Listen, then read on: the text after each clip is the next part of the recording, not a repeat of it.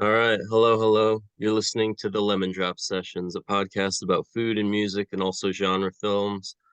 I'm Will, and I'm here with Leanne Bowes. So, Hey, hey, Will. Leanne, how are you today? Good. How are you doing? Good, good. It's pretty wild. Leanne is joining me over the internet. She is in California right now. I am in Connecticut, which is a state in the USA, close by New York. Leanne Bowes is the touring bassist, vocalist, multi-instrumentalist, singer-songwriter, performer, and my best friend from high school, Leanne Bowes. That is a joke, Leanne. I know you have many friends across the world now. Leanne just toured the world with Demi Lovato as part of her Holy Fuck tour. We've been setting up this interview for a minute, and it's been cool to sort of see what she's been up to, and I'm really pleased she could join us today. Absolutely. um it is pretty wild because I did kind of know Leanne as a teenager, and it is there's really something to it, I mean, getting to have you on this platform and sort of celebrate your success that way. I'm happy we get to do this. Um, and You've done so much in such a short time, it feels like. We won't get to talk about all of it. So, Connecticut hasn't been recognized for music, particularly in terms of the metal scene, honestly. Like when you and I were Mm, growing up, like the biggest metal bands in the world were coming through Connecticut like constantly, it felt like, and like yeah. every band at every venue was metal, and like I really thought someone would have noticed, on some sort of larger level. Um, Yeah. and so I was definitely curious thinking about all that. Like, you've gotten to play around the world now. What are the venues that you remember from Connecticut? And like when you think back, Mm, right? It's like you're like, that place was actually really good. Like I thought it was good, but they actually like took care of me pretty well or something like that.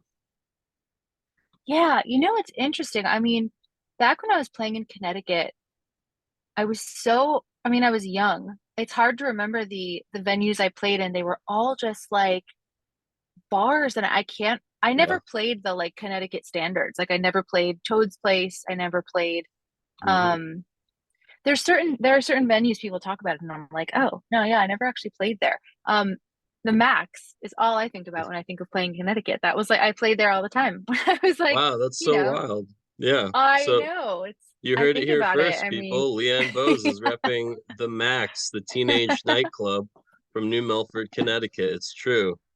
Yeah. Well, it wasn't bad. It yeah. wasn't bad. But since then, I mean, recently I played in Wallingford. I mean, no, it wasn't bad at all. I played the Oakdale in Wallingford just recently with Okay. Demi. It was fucking great. Like, I mean, really nice, and the hospitality was really nice. I mean, it's like I think I don't. I think there's something to be said about a small state where it's like if there's not a lot of venues. It's not a place like Chicago where there's like tons and tons of venues, or obviously LA or New York, Right. and they can Right. afford to treat people shitty. It's kind of like in Uh, Connecticut that there is an element of like, well, the Oakdale is like Connecticut, oh no. I think I had this one of Connecticut's biggest kind of like places that people come through. And so when I was there, I mean, I would just, oh, did this I drop out? slight skippage there, Leanne. I'm sorry. Let's hang out for a second. I just want to make sure you're Sure. coming through okay. We were on Fallon, like my first gig with Demi was Fallon. Like that was in June, was Get like we just out. did one performance. Yeah. And it was like, Wow. it was, let's see, I guess it was like early June, I believe. And it was really fun, but it was a quick day. It was just like you show up to the studio, NBC Studios. It's amazing. I mean, it's like SNL is right there. It's just like Yeah, so cool. cool. I mean, it's like I love it. Um, and you show up around 10 a.m. You're sitting around all day. You film around 5, and then you're gone by like 7. Wow. And then it airs, that night. Big secrets of the industry is it's not the TV, like that performance is not live. But Yeah, then I think people have been clued into that, to be honest. yeah, It's like thank goodness. yeah, In a chunk of time where Demi was there for 3 days basically. It was like she was doing the first night we did a performance, the second night we did a performance, and then Demi was just there co-hosting the third night with different musical acts. wow. So that was then. And I mean, same thing, you show up at 10. They're all just so, I mean, I always find with TV, anything I've ever done with TV is it's Hmm. such a well-oiled machine. It's just like everybody's got their job, everybody's in a good mood, everybody is just like on their shit in this way that's like I do not see in other industries. It's like everything's like timed really well. I love Yes, punctuality. I love when things are just running the way they're supposed to run. yes, And that's exactly how that is live TV. So or even, pre-tape TV. And so, yeah, we're there and Jimmy is so, so sweet. I mean, he's like so cool. He like yeah, makes a point to talk to us. Like just, yeah. I mean, even Questlove came out and made a point to talk to us. Like everyone is just I was trying brilliantly to get there. I nice. was trying to get to Yeah. the quest love of it all. I mean, actually, I am a Jimmy Fallon fan. I'll say it. Like I am a Yeah, Jimmy Fallon fan. Like me too. I lived in New York City for a while, and I was actually studying acting with Thomas G. Waits, who is one of the guys who was in The Warriors. He's got a whole crazy story. The original 1970s film, The Warriors, directed by Walter Hill, et cetera, et cetera. James Remar is in it, et cetera, et cetera. Like I mean, that was a Uh-huh. big movie for me growing up. And we talk about genre films and food. We're gonna get to your restaurant pick and your movie pick in just a moment. I guess I don't have to tell this whole story, but basically, sometimes after acting class with this guy Thomas G. Waits, I would get like the Tonight dough, like Jimmy Fallon's ice cream from Oh Ben and yeah. Jerry's. It was just for fun, but it's like it's cool, like kind of like talk show history and all that, and then for the Roots to come in and be a part of things like that. So basically, um, I was hoping for this. You did meet Questlove. Tell me everything. Yes. Okay. It's actually really cool.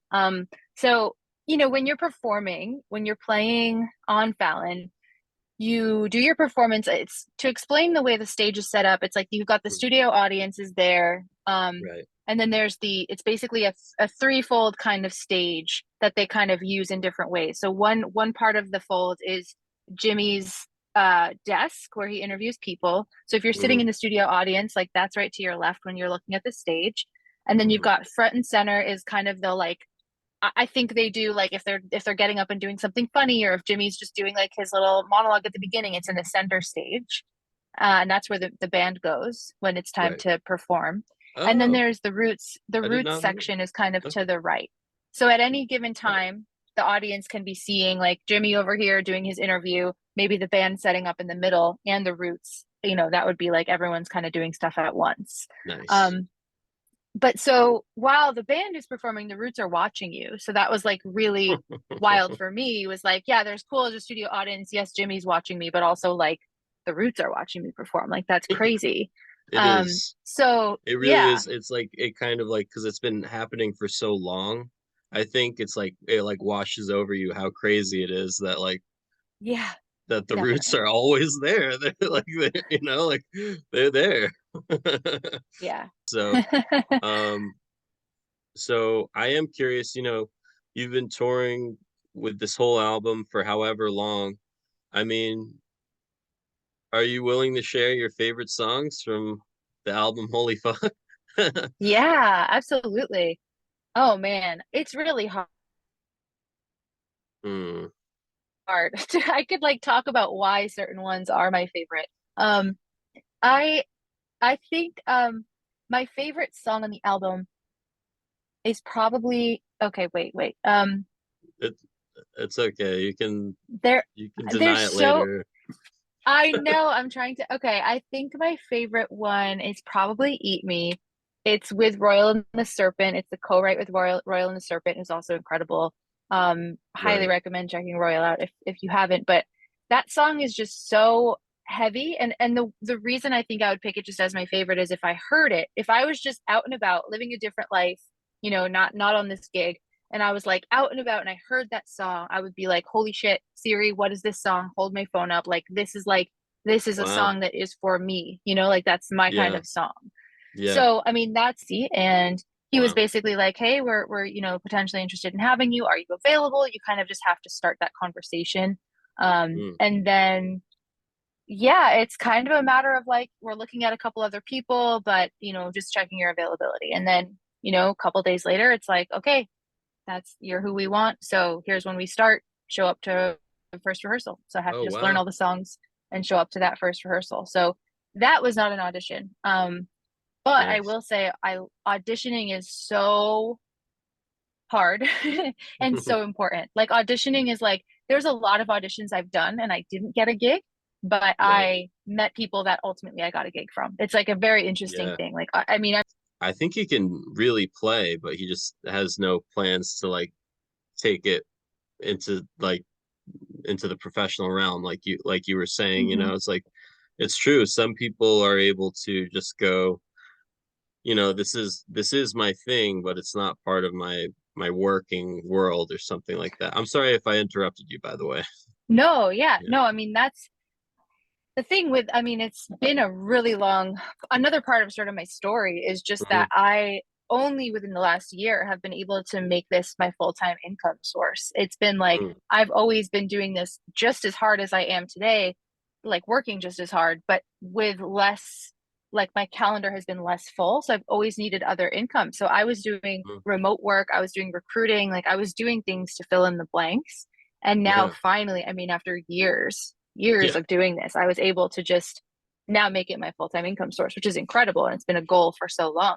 But my Definitely. point is it's not, it is hard. And for a lot of people, it is a leap of faith. I was lucky enough to have remote work. And that was just like, you know, if you are doing something where you're required like in a kitchen or something like that, it is really hard to like make this your full-time job. It's obviously if it was easier, everyone would do it. Yeah, yeah, definitely. I mean, honestly, I think, there are a lot of good guitar players in the restaurant world, and I think, some people just choose restaurants and not music, and then some people, yeah, they have a second life for 8, 9, 10, 11, 12 years. Yeah, absolutely. Yeah, I think exactly. it's super wild. And even that I would notice from time to time. I was like, wow, she's doing that hopscotch of like regular job and then like saying, leaving the job pleasantly and then coming back to the same job, like, that really truly is not easy to do. And I think it's really cool you were able to do that, you know? Yeah. Yeah. Yeah. So, and I do think your sunny disposition plays into that. Although this White Glove song, it's like you say, it's so funny you were talking about Eat Me being the song you really connected with from the Demi Lovato album. And there are similarities between that song and your song White Glove. Um like I wonder what the writing process is like for you, where you just like, I want to do something grungy and it's gonna be grunge, and like or or did you just actually like, you know, words first, music first, you know? Yeah, it was music first for me. So the way I've written all of my songs, which you've only heard one, maybe you'll hear more someday, but all of them Very cool. are bass first. So it's like I've been sitting there with my bass, practicing something else, potentially working on tones. That's something I've really had to figure out in the last couple of years is how to Hmm. dial in my own tones digitally. So Oh wow.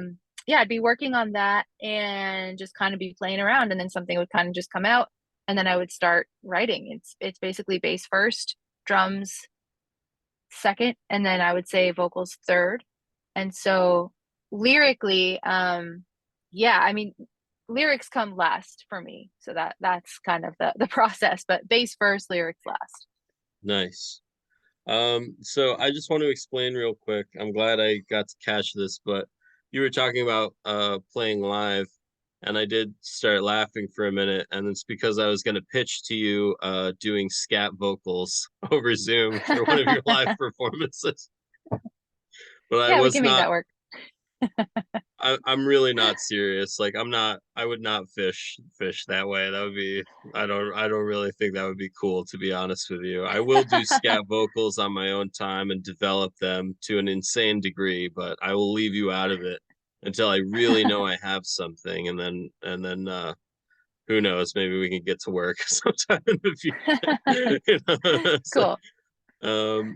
So I can't believe this was as quick an hour as I imagined, to be honest. So we still got to do the AMAs, but I'd love to hear your restaurant pick and your movie pick because we're trying to blend it all into this big smorgasbord board thing. So Yeah. what's the movie you picked? Because we try to ask artists to pick a genre film. Okay. My favorite movie is Hereditary, the A24 film Oh Hereditary wow. with Toni Collette. Yes, that's my favorite Whoa. movie. So I really like Toni Collette a lot, but I have not Me seen too. I met Hereditary. her. You did? Speaking of people, Podcasting in 2020. So I called the main podcast Hear About It podcast. Go check out those sleepy interviews from 2020. Some really cool people came by week after week. Um, to help me just like keep my brain working, remember what day it is, stuff like that. So I really appreciate all of our past guests, and there are some music people in those early episodes that inspired this new venture, the Lemon Drop Sessions. Cool. All right. So the Instagram handle is at HiPod, HAIPOD underscore. That's the line at the bottom, and then the number 4, HiPod underscore 4. Leanne, thanks for waiting. How do you figure out Instagram and